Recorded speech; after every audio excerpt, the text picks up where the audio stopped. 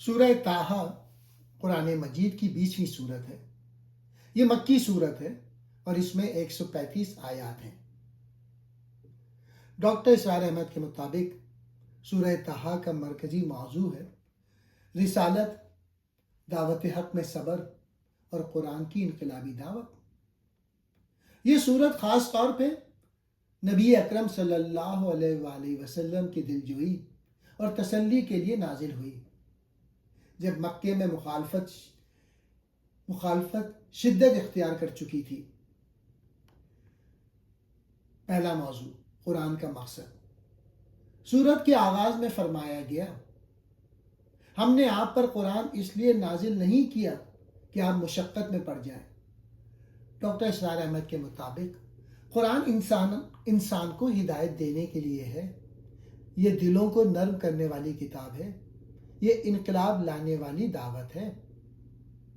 اللہ تعالیٰ نے اپنی صفات یعنی خالق، رب، رحمان بیان کر کے توحید کی بنیاد مضبوط کی۔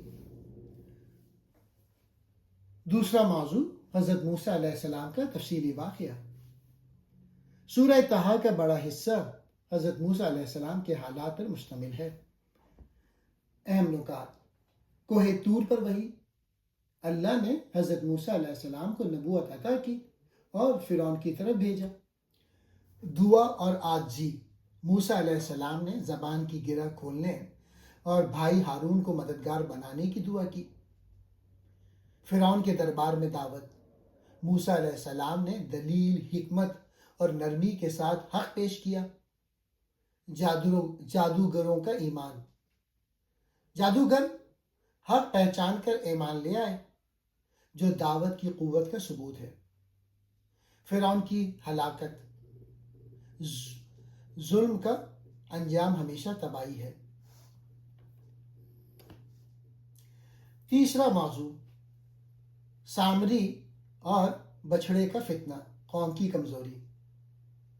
ڈاکٹر اسرار احمد کے مطابق یہ واقعہ اجتماعی گمراہی کی مثال ہے۔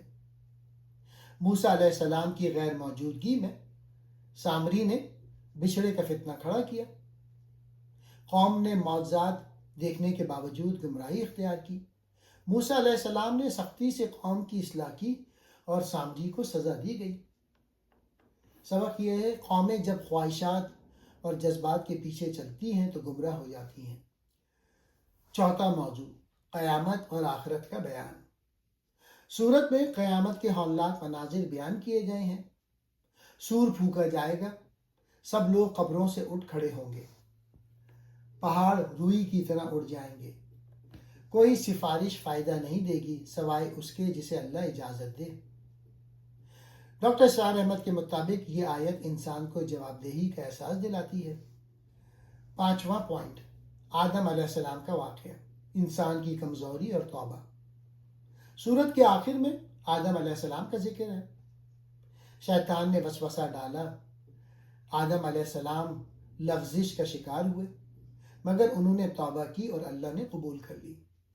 انسان غلطی کر سکتا ہے مگر اصل کامیابی توبہ میں ہے۔ چھٹا موضوع، نماز اور ذکر کی تاکید۔ ڈاکٹر اسرار احمد کے مطابق نماز انسان کو غفلت سے نکالتی ہے، ذکر الہی دل کو مضبوط کرتا ہے۔ دعوت کے راستے میں سب سے بڑی طاقت روحانی استقامت ہے۔